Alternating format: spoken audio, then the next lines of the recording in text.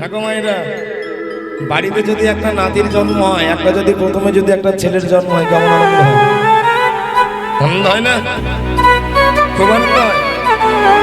একটা ছেলে জন্ম হলে খুব আনন্দ হয়। খুব জোরে তো মাথা নাড়ছে, মানে আনন্দ হয় না? কত জোরে জোরে মাথা নাড়ছে দেখো। এই যে এই ধারণা হতে মুক্ত হও।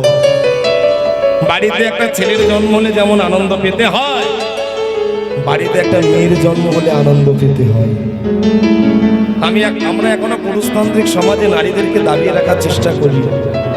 কিছু মনে করবেন না, দুদিন আগে একটা ফেসবুকের ঘটনা দেখে আমার গায়ের রোমাঞ্চে লোমগুলো খাড়া হয়ে গিয়েছিল। একদম জলজান্ত ঘটনা, আপনারাও মনে দেখেছেন। ঘটনাটা বাড়িতে প্রথমে পুত্র সন্তান জন্ম দেয়নি বলে কন্যা সন্তান জন্ম দিয়েছে বলে সেই বাড়ির ঠাকুমা, অর্থাৎ যে ঠাকুমা সবার কাছে প্রিয় হয়, সেই ঠাকুমা কি করেছে জানেন? নাতনি হয়েছে বলে নাতনির মুখে বিষ ঢেলে মেরে খাওয়ার চেষ্টা করেছিল। এগুলো মানবিকতা না অমানবিকতা? এগুলো বলে পশুত্ব বৃত্তি। নারী শক্তি যদি না থাকে পৃথিবীর ভারসাম্য রক্ষা হবে কেমন করে?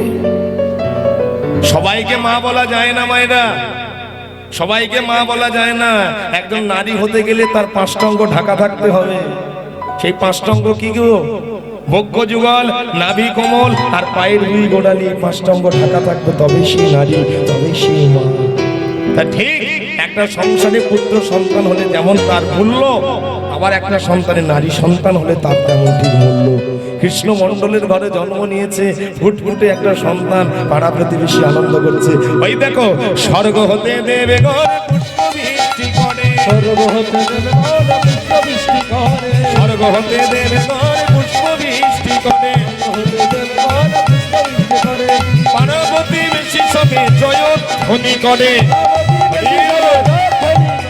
পাড়া প্রতিবেশী সবে জয় ধ্বনি করে। তোমরা জয় দাও, জয় দাও, জয় দাও, জয় দাও, জয় দিলে জয়ী হবে, জয় দাও, জয় দাও, জয় দিলে জয়ী হবে, জয় দাও, জয় দাও। তাই হরি হরি হরি বলে, হরি বল, হরি বল।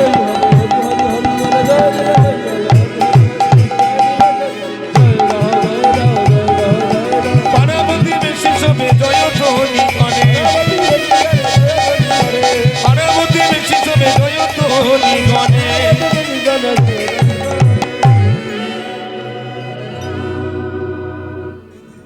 দুর্গা দেবীর গর্ভে খুব সুন্দর করে একটা পুত্র সন্তান জন্ম নিয়েছে, যার নাম রাখা হলো দুঃখী।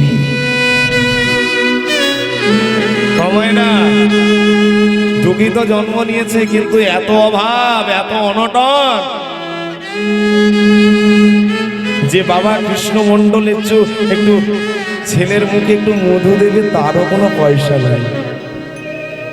দুর্গা দেবী বলছে, স্বামী গো, ছেলের জন্য যাও না। পুত্র সন্তান যখন পেলাম জগন্নাথ প্রভুর আশীর্বাদে, পাড়া থেকে ভিক্ষা করে একটু মধু আমার পুত্রের বদনে দাও। কি বলছো দুর্গা? আমি আমার পাড়া থেকে ভিক্ষা করে আমি আমার পুত্রের বদনে মধু দেব, আর সেই মধু যদি ধার না শোধ করতে পারি পরের জীবনে কুকুর হব। দেখেছেন, ভক্তদের নিষ্ঠা হচ্ছে এটাই নিষ্ঠা, যে পাড়া থেকে ভিক্ষা করে আমি মধু এনে আমার ছেলের বদনে দেব, আর সেই মধু যদি আমি ধার না যদি শোধ করতে পারি পরের জীবনে কুকুর হব। কে বলেছে মায়েরা? সনাতন ধর্মে ভক্ত নেই। পৃথিবীর মধ্যে সর্বশ্রেষ্ঠ ধর্ম হচ্ছে সনাতন ধর্ম। পৃথিবীর মধ্যে সর্বশ্রেষ্ঠ ধর্ম সনাতন ধর্ম। যে সনাতন ধর্মটাকে প্রচার করবার জন্য আমেরিকার চিকাগো শহরে বিবেকানন্দ গিয়েছিল, মুক্তকে বলেছিল, বলো তোমরা একবার গর্বচিত্তে বলো আমি হিন্দু। কে বলেছে মায়েরা সনাতন ধর্ম আমাদের মধ্যে ভক্ত নেই? একবার জেনে চিন্তা করবেন, এই কথাগুলো বলছি, একটু বিচার করবেন। এখন থেকে যদি না বিচার করেন, আমি বলে গেলাম, এখন থেকে যদি সনাতন ধর্মাবলম্বী মানুষগুলো যদি এক না হতে পারেন, আর 5টা বছর পরে তীর্থজা এখানে কীর্তন হবে, তার কোনো গ্যারান্টি খুঁজে পাবেন না। এখন থেকে যদি সনাতন ধর্ম না যদি এক না হয়, এখানে অপরাধ মার্জনা করবেন। এইটা মেদিনীপুর, আমার বাড়ি দক্ষিণ 24 পরগনা, যেখানেই হোক না কেন, হাওড়া, হুগলি, মেদিনীপুর, পশ্চিম মেদিনীপুর, পূর্ব মেদিনীপুর, মুর্শিদাবাদ, মালদা, যেখানে যান না কেন, এইখানকার যে মুসলমানগুলো আছে একবার চিন্তা করে দেখবেন, তারা কিন্তু বাইরে থেকে কিন্তু আসে আমাদের ভারতবর্ষে। একটু তাদের পূর্ব আলোচনা করবেন, পূর্ব রচিত গুলো, তাদের পূর্বপুরুষগুলো কিন্তু সব হিন্দু ছিল, পরিস্থিতির চাপে তারা ধর্মান্তরিত করেছে। তারা কিন্তু সবাই আমরা এক, সবাই আমরা এক। আমরা যাকে লাউ বলি তারা তাকে কদু বলে, যা ওরা যাকে দরবেশ বলে আমরা তাকে সাধু বলি, আমরা যাকে বাবা বলি ওরা তাকে আব্বা জান বলে, আর আমরা যাকে হরিনাম বলি তারা ডাকে আজান। একই, কিন্তু আমরা বুঝি না মানুষের ধর্মটা কেন এমন হচ্ছে। পৃথিবীতে হচ্ছে পবিত্র ধর্ম, হচ্ছে মনুষ্য ধর্ম। পৃথিবীর মধ্যে যদি সর্বশ্রেষ্ঠ ধর্ম থাকতে পারে মনুষ্য ধর্ম।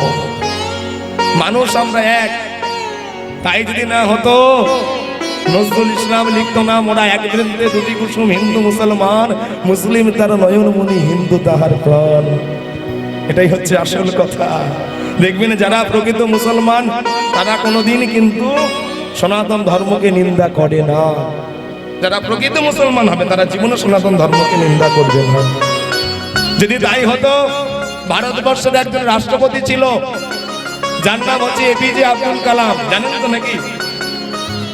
এপিজে আব্দুল কালাম যখন আমেরিকায় যখন পড়াশোনা করতে গেল, আমেরিকায় পড়াশোনা করে যখন ভারতবর্ষে ফিরে এলো, ভারতবর্ষে ফিরে এসে মায়ের দুটো চরণ ধরে বলেছিল, মা গো, আমি আমেরিকায় পড়াশোনা শিখলাম, আমি ইংরেজি ভাষা শিখলাম, আমি অনেক পণ্ডিত হলাম, কিন্তু আমি কেমন করে মানুষ হব তুমি আমায় বলে দাও। তখন রাষ্ট্রপতি এপিজে আব্দুল কালামের মা বলেছিল, খোকা, তুই যদি মানুষ হতে চাস, যারা প্রকৃত সনাতন ধর্মাবলম্বী মানুষ, তাদের দুটো হাত ধর, তারাই বলে দেবে তুই কেমন করে মানুষ হবি। মায়েরা মন দিয়ে শোনো, এপিজে আব্দুল কালামের একজন বন্ধু ছিল, সে সনাতন ধর্মাবলম্বী। সেই সনাতন ধর্মাবলম্বী মানুষটার, বন্ধুটার হাত দুটো ধরে বলল, ভাই রে, আমার মা তোর কাছে আমায় পাঠিয়েছে, বলতে পারিস আমি কেমন করে মানুষ হব? তখন সেই সনাতন ধর্মাবলম্বী বন্ধুটা বলে দিল, ভাই, তুই যদি মানুষ হতে চাস কিচ্ছু করার দরকার নাই, প্রত্যেকদিন সকালবেলা ঘুম থেকে উঠবি, একটা করে শ্রীমদ ভাগবতের গীতার একটা করে পৃষ্ঠা পড়বি, তাতেই তুই মানুষ হবি। কেন? আমি মুসলমান, আমি গীতা পড়বো কেন? আমি কোরআন পড়বো, গীতা তো মুসলমান পড়বে না। বলে, শোন ভাই, একবার ভালো করে ভেবে দেখ, যখন তোরা কোর্টে যাস, আইনের খাতায় দেখ, যখন বিচারক বিচার সভা করতে বসে, কাঠগড়ায় যখন আসামি দাঁড়িয়ে থাকে, সে মুসলমান হোক, সে হিন্দু হোক, সে খ্রিস্টান হোক, দেখার দরকার নাই, একটা গ্রন্থের উপর হাত দিয়ে সবাইকে প্রতিজ্ঞা করিয়ে নেয় যে যাহা বলিব সত্য বলিব, সত্য বই, মিথ্যা বলিব না। একবার চিন্তা কর, ওই যে গ্রন্থটার উপর হাত দিয়ে সবাই প্রতিজ্ঞা করে, ওই গ্রন্থটা কোনো বাইবেলে নয়, ওই গ্রন্থটা কোনো কোরআন নয়, ওই গ্রন্থটা হচ্ছে ভগবানের শ্রীমদ ভাগবত গীতা। প্রেম সে বলো হরি হরি। কাজেই সনাতন ধর্ম যেটা বলবে সেটা অক্ষরে অক্ষরে পালন করতে হবে। পৃথিবীর মধ্যে সর্বশ্রেষ্ঠ ধর্ম থাকতে গেলে সেটা সনাতন ধর্ম। ছোট্ট দুঃখী জন্ম নিয়েছে, বাবা দুঃখীকে ডাকছে দুঃখী দুঃখী। দুঃখীর যখন 5 বছর বয়স, বাবা ডেকেছে, দুঃখী গো, আমি তোমাকে জগন্নাথ প্রভুর আশীর্বাদে, জগন্নাথ প্রভুর কাছে তোমায় আমি চেয়েছিলাম, তাই তোমায় পেয়েছি। শোনো দুঃখী, যদি মানুষের মতো মানুষ হও, যদি ভগবানের যদি ভক্ত হতে পারো, তবেই তুমি আমাকে বাবা বলে ডাকবে, না হলে বাবা বলে ডাকার কোনো দরকার নাই। শিক্ষা দেখুন, শিক্ষা নিতে হয় ভক্তদের কাছ থেকে। কৃষ্ণ মণ্ডল শিখিয়ে দিল, দুঃখী বাবা, যদি কৃষ্ণ ভক্ত হতে পারো তবেই তুমি আমাকে বাবা বলবে, তার না আগে আমাকে বাবা বলে ডাকার কোনো দরকার নাই।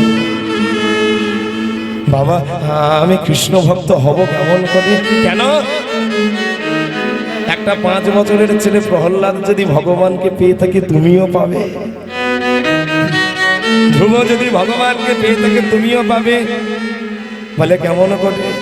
বলে কেন পেয়েছে প্রহ্লাদ? হিরণ্যকশিপু যখন প্রহ্লাদকে প্রশ্ন করেছিল, বলতে পারিস প্রহ্লাদ তোর ভগবান কোথায় থাকে? প্রহ্লাদ বলেছিল আমার ভগবান কোথায় থাকে না, সব জায়গায় থাকে। যেখানে তুমি দেখবে আমার ভগবানকে সেখানেই দেখতে পাবে। বলে বল কোথায় থাকে? বলে কেন সব জায়গায় থাকে, আকাশে থাকে, বাতাসে থাকে, হেচড়ে থাকে, ভূচড়ে থাকে, জলে থাকে, জঙ্গলে থাকে। বলিস কি তাহলে তোর ভগবানকে ফটিক স্তম্ভের মধ্যে থাকে? বলে নিশ্চয়ই থাকে। তুমি যদি বিশ্বাস করো আমার ভগবান শ্রী বিষ্ণু ফটিক স্তম্ভের মধ্যে থাকে, আমার ভগবান থাকে। এই বলে হিরণ্যকশিপু যখন রেগে গিয়ে ওই ফটিক স্তম্ভে যখন আঘাত করলো, ভক্তের ভগবান থাকতে পারলো না, নরসিংহ রূপ ধারণ করে হিরণ্যকশিপুর বক্ষ বিদীর্ণ করে আর ভক্ত প্রহ্লাদকে তুলে দিল ভক্তির রাজত্ব হাতে তুলে।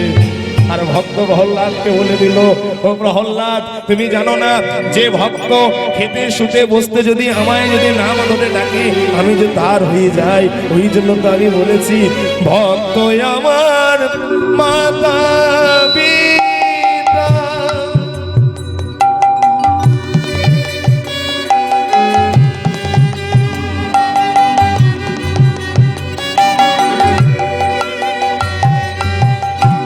ভক্ত আমার গুরু,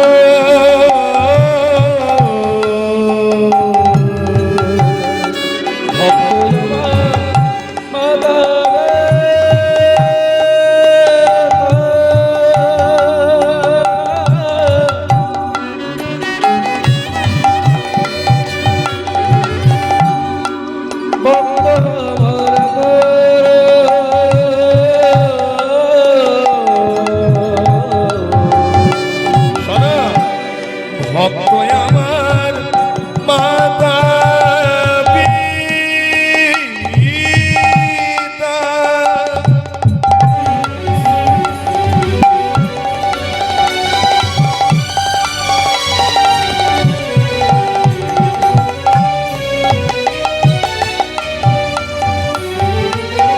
তোমরা জানো না, তোমরা বোঝো না,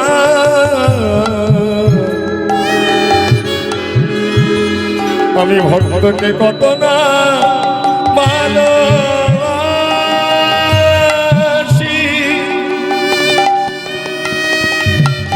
যে ভক্ত যেমন আমায় ভজনা করে আমি তার ডাকে তেমন ভাবে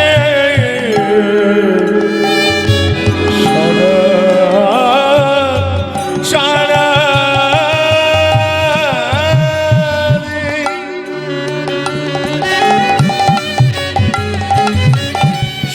যদি তাই না হতো ত্রেতা যুগের রামচন্দ্রের একনিষ্ঠ ভক্ত যার নাম ছিল হনুমান,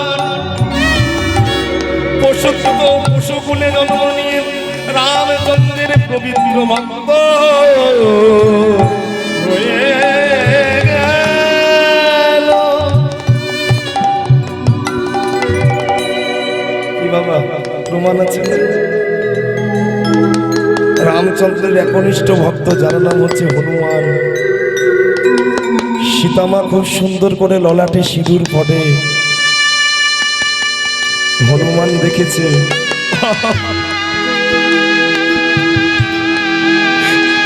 হনুমান এসে সীতামাকে বলছে মাগো তুমি এত সুন্দর ললাটে কেন সিঁদুর পড়ো?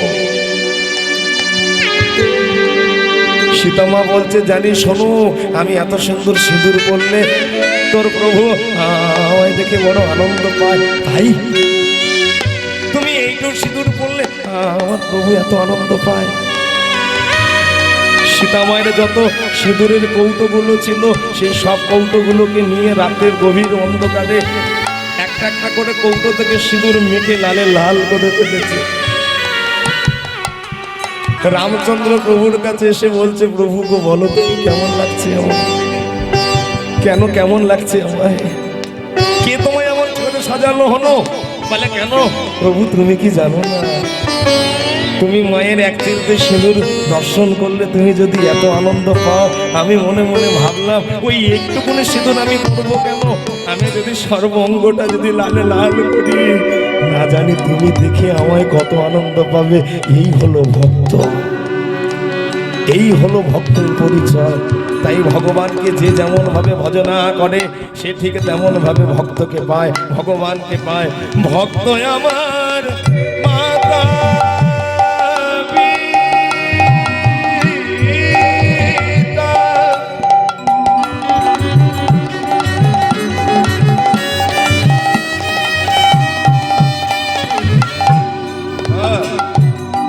ওই ভক্ত আমার গুরু,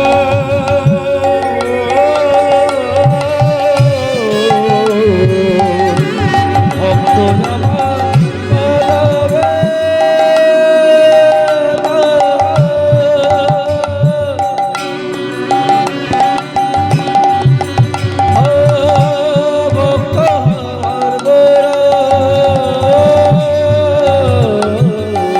ভক্তকে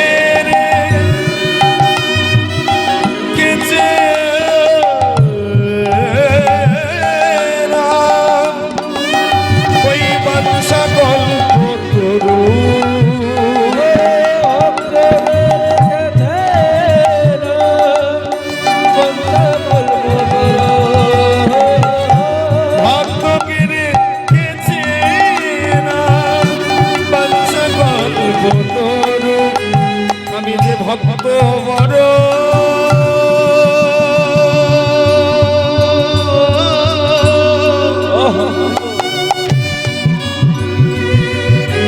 ভালো ভালোবাসি,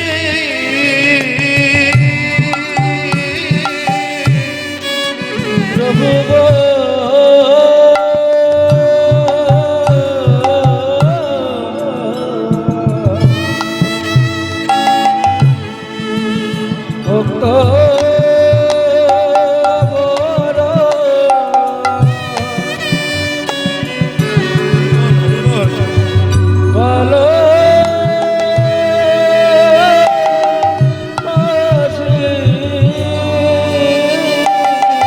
একবারে নিরজনে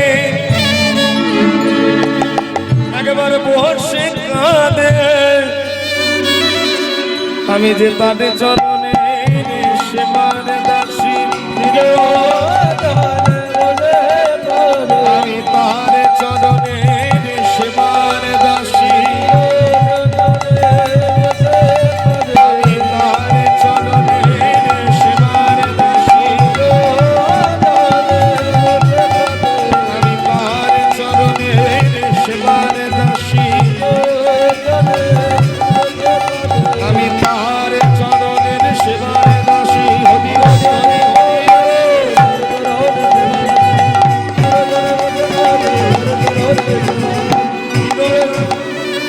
আমি যে ভক্ত বড় ভালোবাসি,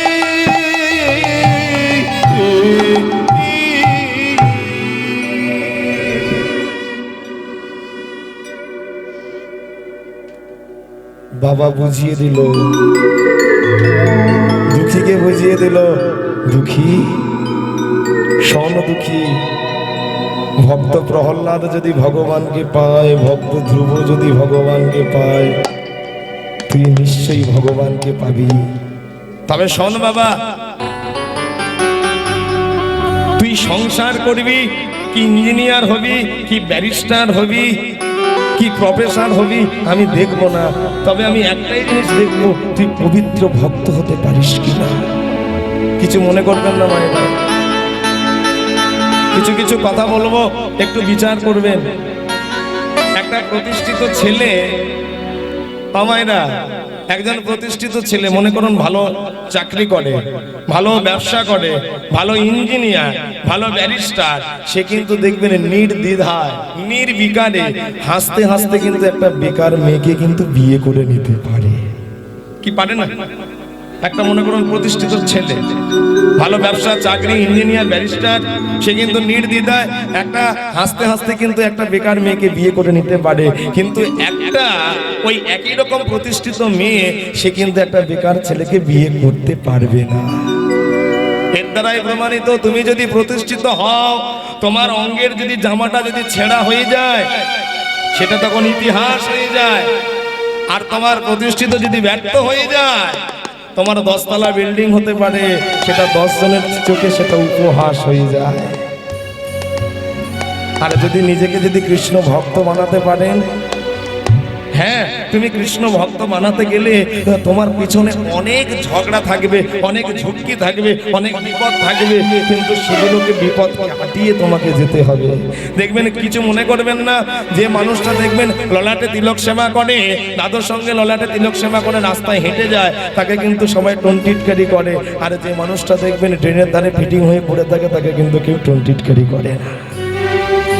যে ভালো হবে তাকে টানবার জন্য সবাই ব্যস্ত থাকবে, আর যে খারাপ হবে তাকে কিন্তু কেউ দেখবে না। তাই কৃষ্ণ মণ্ডল দুঃখীকে শিখিয়ে দিল, বাবা যদি কোনোদিন কৃষ্ণ ভক্ত হতে পারিস তবে তুই আমার বাবা বলে ডাকবি। শিখিয়ে দিল। কৃষ্ণ মণ্ডল বাড়ি চলে এলো। বাড়ি এসে মনে মনে চিন্তা করছে, আমার বাবাকে বলেছে, আমার বাবা আমায় বলেছে আমায় কৃষ্ণ ভক্ত হতে হবে। কৃষ্ণ ভক্ত যদি হই তাহলে তো সংসারে থাকা চলবে না, সংসার আমায় পরিত্যাগ করতে হবে। কৃষ্ণ ভক্ত যদি হতে পারি, বাবা মায়ের ভালোবাসা দূর করতে হবে। গভীর অন্ধকারে বাবাকে প্রণাম করলো, মাকে প্রণাম করলো। বাবা মাকে প্রণাম করে দূর থেকে বলল, মা তুমি আমায় বিদায় দাও। বাবা তুমি আমায় বিদায় দাও, তোমরা ভালো থেকো। আজ তোমাদের স্বপ্ন পূরণ করবার জন্য আমায় যেতে হচ্ছে, আমার ভগবানের কাছে যেতে হচ্ছে। বিদায় দাও বাবা, মনে করো না। হয়তো মা তুমি ভোরবেলায় ঘুম থেকে উঠে দেখবে, তুমি আমায় দেখতে পাবে না, কিন্তু একটা কথা চিন্তা করবে, তোমার সন্তান যাচ্ছে গৌর ভজনার জন্যে। তুমি চিন্তা করো না মা, চিন্তা করো না বাবা। বাবা মাকে প্রণাম করে ছোট্ট সন্তানটি বিদায় নিল। কেমন করে? আমি চলে যাই,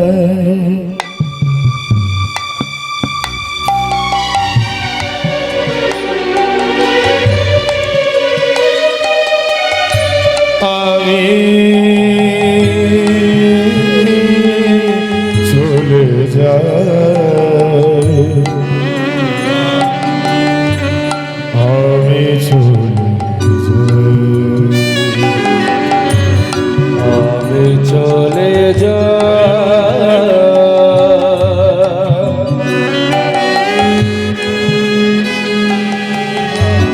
আমি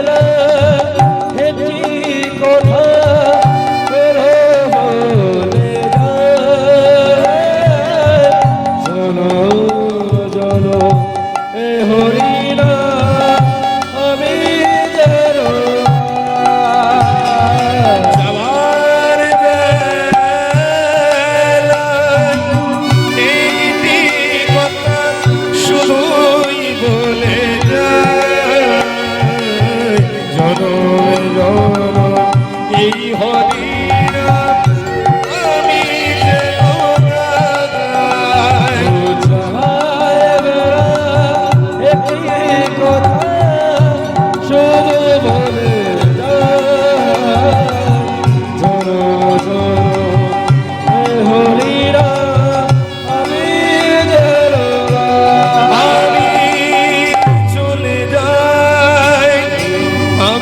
চলে যাই, আমি চলে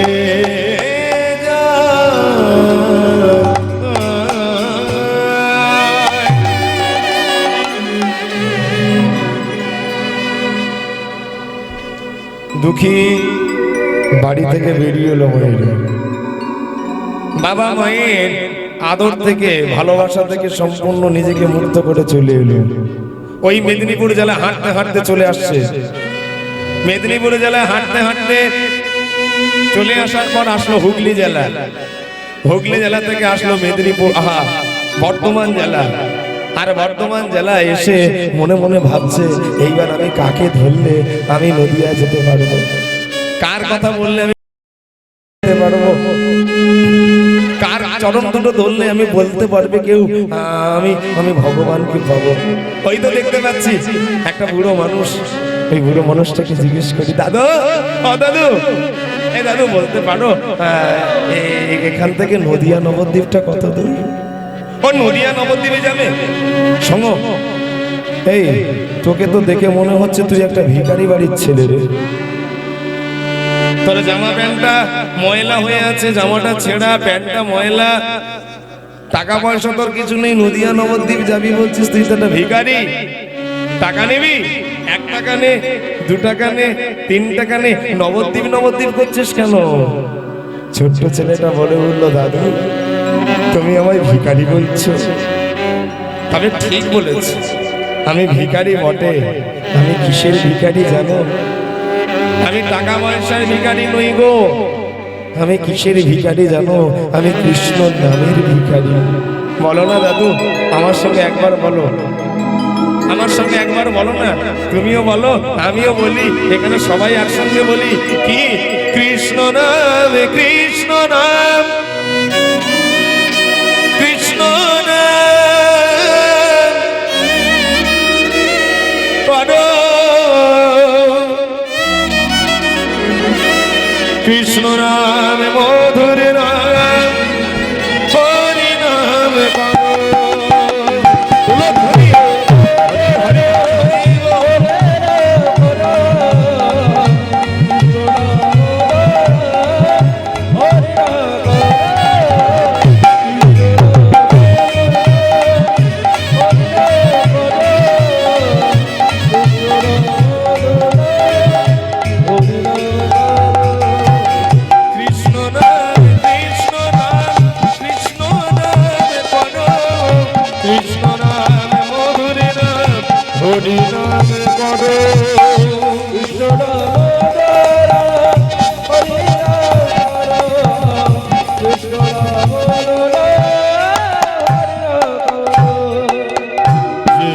হবে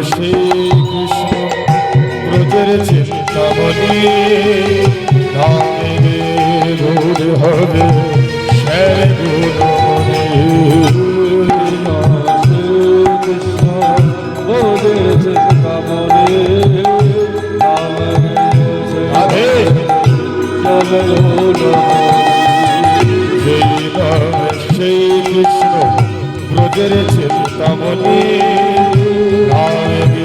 গৌর হবে শ্যামে গৌর।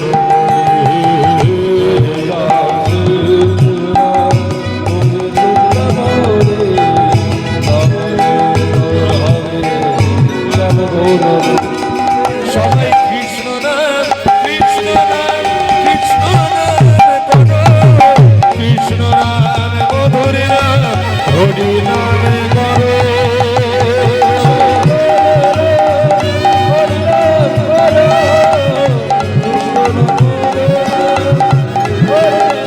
সবাই হাত তোলো, সবাই হাত তোলো।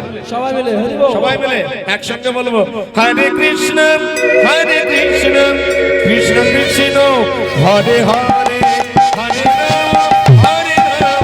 রাম রাম রাম হরে হরে হরে কৃষ্ণ হরে কৃষ্ণ হরে হরে হরে রাম রাম হরে কৃষ্ণ কৃষ্ণ কৃষ্ণ হরে হরে হরে রাম রাম রাম হরে হরে হরে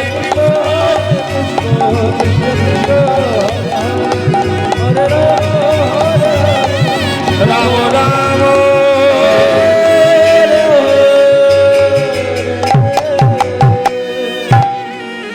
সবাই বলো ভগবান কৃষ্ণচন্দ্র কি বলো রাধা রানী কি বলো রাধা রানী কি প্রেম সে বলো ঘুম কি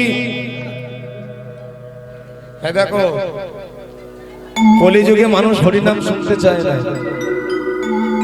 এখানে যদি কমিটির বাবারা কীর্তনটা বাদ দিয়ে যদি ফাংশন দিত না জায়গা ধরাতে পারত না পুলিশ প্রশাসন সে ব্যারিকেড দিয়ে দিত এটা আপনাদের দোষ না কলি মহারাজ বলে দিয়ে গেছে কলি মহারাজ নিজে বলে দিয়ে গেছে কলিযুগের মানুষ ভগবানের থেকে বিচ্যুতি থাকবে ভগবানের দিকে মন থাকবে না সঠিক জিনিসের মূল্য কোনোদিন পাবে না সঠিক বস্তুর মূল্য কোনোদিন পাওয়া যাবে না কলিযুগে যদি তাই হতো একটু বিচার করবেন সঠিক জিনিসের যদি মূল্য থাকতো আজকের মদের দাম এত হতো না আর দুধের দাম এত কমতো না কি তাই ঠিক বললাম না ভুল বললাম মদের দাম বেশি দুধের দাম কম কিন্তু এটা যেমন ঠিক আর একটা দিকে একটু ভুল আছে মদের দাম 1 লক্ষ টাকা হলে ওটা বাঁশ বাগানের আড়ালে গিয়ে খেতে হবে আর দুধের দাম 10 টাকা হলে তুমি সবার সামনে বসে খেতে পারবে এটাই মদ আর দুধের পার্থক্য কোনো কিছু থেকে জীবনকে কোনোদিন হরিনাম থেকে কোনোদিন নিজেকে আলাদা করবেন না মায়ের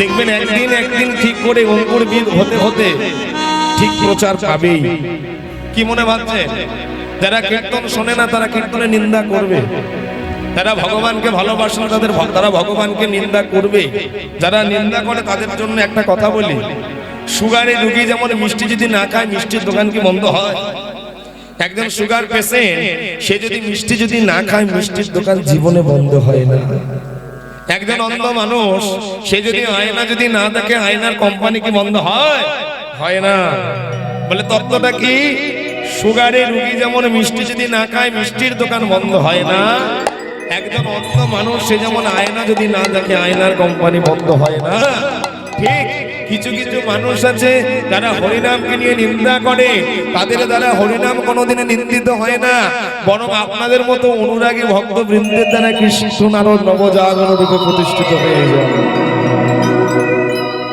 ভগবানকে ভালোবাসবেন বাবা ভগবানকে যত ভালোবাসবেন দেখবেন ভগবানের প্রিয় পাত্র হবে যে ভগবানকে বিশ্বাস করে সে হলো আস্তিক আর যে ভগবানকে বিশ্বাস করে না সে হলো নাস্তিক জেনে রাখবেন আস্তিকের জায়গা পৃথিবীর বিদ্যমান নাস্তিকের জায়গা পৃথিবীতে কোনো নাই ভগবানের চরণের যদি দাস হতে পারো ভগবানের চরণ যদি চিন্তা করতে পারো কে বলেছে ভগবান কথা শোনে না কে যার কে বলে ওই যে একটা কথা বলেছিলাম না যে প্রত্যেকদিন স্কুলে যাও বিদ্যালয়ে যাও যেখানে যাও না কেন নিজেকে নিজে পরিবর্তন করার একটাই চেষ্টা এক পকেটে থাকবে ফোন আর এক পকেটে থাকবে গীতা তবে জীবনের ব্যালেন্স থাকবে কেন বলেছি গীতাটা কি গীতাটা তোমার সঙ্গে থাকা মানে স্বয়ং ভগবান তোমার সঙ্গে থাকা জেনে রাখবেন গীতা থাকা মানে স্বয়ং ভগবান তোমার সঙ্গে থাকা কেন বললাম কথাটা কত অনেক অনেক উদাহরণ আছে আপনারা যদি জানতে পারেন আপনাদের লোম খাড়া হয়ে যাবে যে গীতার মাহাত্ম্যটা কি গীতা কেন আমরা মানবো গীতাকে কেন শ্রদ্ধা করবো গীতাকে কেন আমরা সম্মান করবো গীতা কেন আমরা পড়বো জেনে রাখবেন যেখানে আপদ হোক বিপদ হোক তোমার গীতা যদি তোমার সঙ্গে থাকে না কোনো আপদ বিপদ তোমাকে কোনোদিন স্পর্শ করতে পারবে না ভগবান এমনি এমনি বলেনি यदा यदा हि धर्मस्य ग्लानिर्भवति भारत यभ्युत्थानं धर्मस्य तदात्मानं संयमः परित्राणाय साधूनां विनाशाय च दुष्कृतां धर्म संस्थापनार्थाय संभवामि युगे युगे। যখন যখন পৃথিবীতে অধর্মের চাপ আসবে আমি পৃথিবীতে স্বয়ং আসব। যেমন প্রহ্লাদ হিরণ্যকশিপুকে বধ করেছিল, মহাবরাহ অবতার হিরণ্যাক্ষকে বধ করেছিল, ঠিক যখন এই কলিযুগে দেখবে যখন হরিনামকে যখন ধ্বংস করার চেষ্টা করবে স্বয়ং ভগবান আবার আসবে কল্কি অবতারের রূপ ধরে। তাই ভগবানের চরণে থাকো মায়েরা, ভগবান ছাড়া কিছু বুঝবে না। ছোট্ট দুঃখীকে ওই বুড়ো মানুষটা বলে দিল, এই তুমি তো ভিখারি, তা আমি কিসের ভিখারি? প্রেমের ভিখারি। এখন তো বলতে পারো আমি কার চরণ ধরলে, আমি কার চরণ ধরলে আমি সহজে গৌর ভজনা করতে পারবো? বলে শোনো, আরেকটা দূর এগিয়ে যাও, আরেকটা দূর এগিয়ে গেলে তুমি হৃদয় চৈতন্যের আশ্রম পাবে। ওই যে বর্ধমান কাল্লা কাটোয়ায় হৃদয় চৈতন্যের আশ্রম পাবে। আর ওই হৃদয় চৈতন্যের আশ্রমে তুমি যদি হৃদয় চৈতন্য ঠাকুরের কাছে যদি দীক্ষা নিতে পারো তাহলে তুমি সহজেই রাধা রানীর প্রেম অবশ্যই পাবে পাবে। ছোট্ট দুঃখী হাঁটতে হাঁটতে হৃদয় চৈতন্যর আশ্রমে এসে হৃদয় চৈতন্য নামে জয়ধ্বনি দিল, জয় জয় শ্রী শ্রী হৃদয় চৈতন্য ঠাকুর কি জয়, জয় শ্রী শ্রী হৃদয় চৈতন্য ঠাকুর কি জয়, জয় শ্রী শ্রী হৃদয় চৈতন্য ঠাকুর কি জয়। কে রে বাবা, আমার নামে এভাবে জয়ধ্বনি দিলি কেন? তুই কে? তোর বাড়ি কোথায়? আগে গুরুদেব। আমাকে গুরুদেব বলছিস কেন? আমি তোর গুরুদেব না, আমার বাড়ি মেদিনীপুর জেলায়। কি সর্বনাশ! মেদিনীপুর জেলা থেকে এই বর্ধমান জেলায় এসেছিস কিসের জন্য রে বাবা? আমি আপনার চরণে দীক্ষা নেব। বাহ, কেন দীক্ষা নিবি? না, আমার বাবা আমাকে শিক্ষা দিয়েছে নরজীবন ধন্য নয় যদি না ভগবানকে ডাকতে পারি। বাহ, খুব আদর্শবান বাবার সন্তান হয়েছিস তুমি, তবে কথাটা ঠিক। তবে আমার কাছে দীক্ষা নিতে গেলে যে তোকে অনেক পরীক্ষা দিতে হবে। কি পরীক্ষা? বলে শোন, আমি যাকে তাকে দীক্ষা দেই না। আমার কাছে দীক্ষা নিতে গেলে অনেক পরিশ্রম করতে হবে। কি পরিশ্রম? ওই দেখ, এই কে কোথায় আছিস? ওই আশ্রমের কোণে রয়েছে একটা মাটির কলসি। ওই মাটির কলসিটা দুঃখীর মাথায় দিলে দে। আর শোন দুঃখী, প্রত্যেক দিন গঙ্গা থেকে জল তুলে ফুল বাগানে দিবি। প্রত্যেক দিন দিবি। আমি যেদিনই বুঝবো সেদিনই আমি তোকে দীক্ষা দেব। সঙ্গে সঙ্গে ছোট্ট দুঃখী বলে, গুরুদেব প্রত্যেক দিনই যদি আমি মাটির কলসি করে জল তুলে যদি ফুল বাগানে দেই আমার কি হবে? গুরুদেব বলে দিল, গঙ্গা থেকে জল তুলে ফুল বাগানে দিলে ফুল ফুটবে। আর সেই ফুল যেদিন রাধা মাধবের চরণে যাবে সেদিন তোর গৌর ভজনায় আনন্দ পাবে। যেই আমার কথা বলে দিল, মাথাটা নেড়া করে দিল। 5 বছর বয়স দুঃখীর প্রত্যেক দিন গঙ্গা থেকে জল তোলে আর ফুল বাগানে দেয়, জল তোলে আর ফুল বাগানে দেয়, জল তোলে আর ফুল বাগানে দেয়। আর গুরুদেবের নাম গায়, জয় জয় শ্রী গুরু। গুরু আমার প্রেম কল্প, জয় জয় শ্রী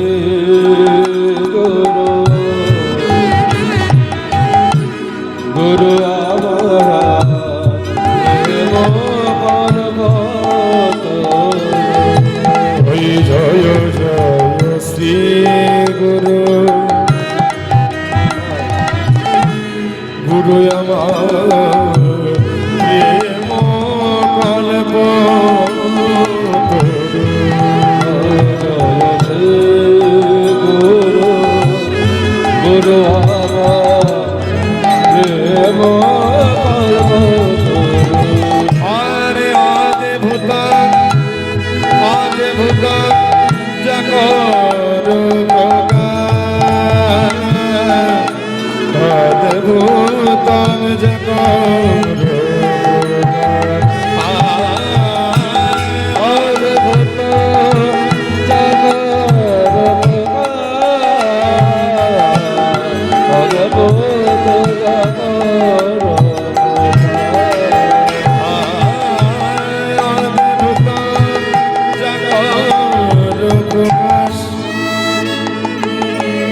কোকা শোন, এই কোকা শোন না, ছোট্ট দুঃখীটাকে ডাকছে একটা মা। এই ছেলে তোর বাড়ি কোথায় রে? আগে মা আমার বাড়ি হচ্ছে মেদিনীপুর জেলায়। তুই এখানে কিসের জন্য এসেছিস?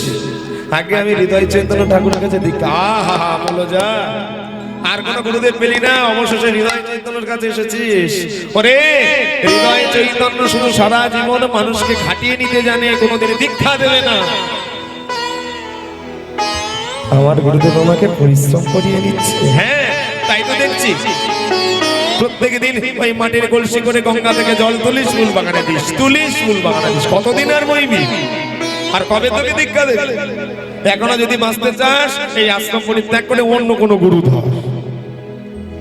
ছোট্ট দুঃখী বলে বলল, মা গো তোমরা দেখছো গুরুদেব আমায় খাটিয়ে নিচ্ছে, কিন্তু নয়। গুরুদেব আমায় কি করছে জানো? মনের মধ্য থেকে অজ্ঞান অন্ধকার বার করে দিয়ে ভগবানের চরণে দাস করে দিচ্ছে। মামাইরা জানো আমরা কত বুদ্ধিহীনতা মানুষ জানো? ভগবানের কাছে আমরা সবসময় চেয়ে নিই, ঠাকুর তুমি আমার গাড়ি দাও, তুমি আমায় বাড়ি দাও, তুমি আমায় বিষয় দাও, সম্পদ দাও। আবার এমনকি আমরা এমন অপদার্থ সন্তান ভগবানের কাছে আমরা চেয়ে নিই, ঠাকুর আমার যেন একটা সুন্দরী বউটাও দাও। ঠিক মায়েরা, এই যে মায়েরা যে বসে আছো, মায়েদের তো কীর্তনে মন নাই, মন আছে বাড়ির কাজের দিকে। দুর্গাষ্টমী করো, দুর্গাষ্টমী করো, দুর্গাষ্টমী করো না? করো না? দুর্গা যখন পুজো দাও, মা দুর্গাকে পুজো দাও।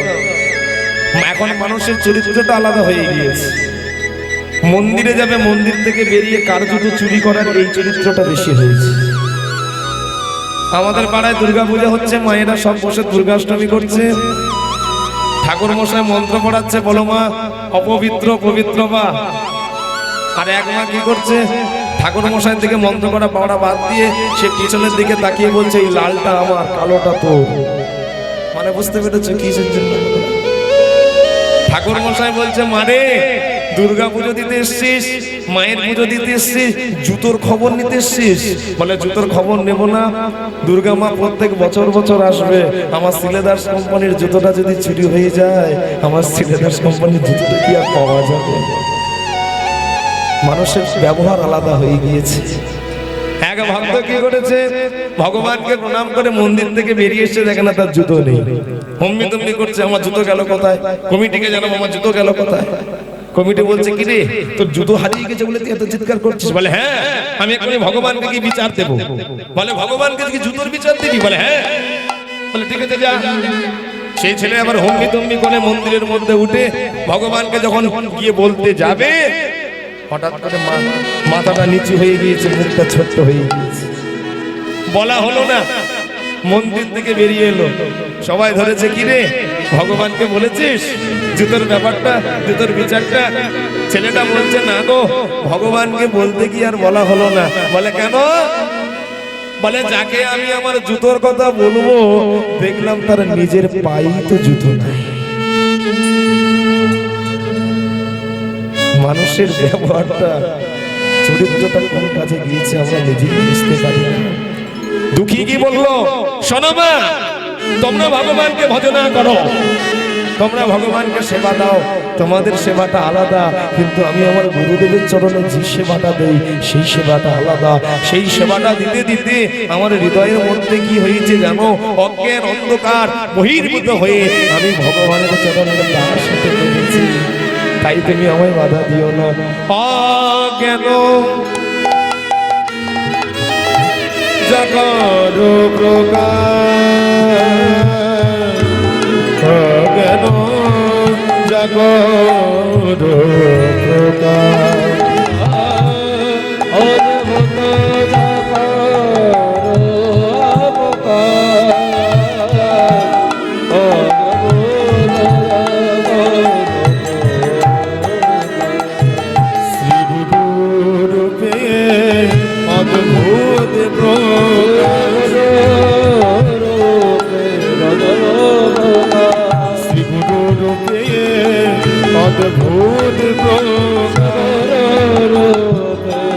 অদ্ভুত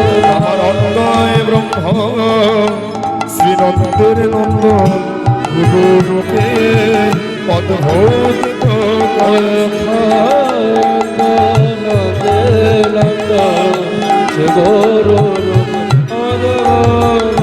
ওই দেবতা জগরূপ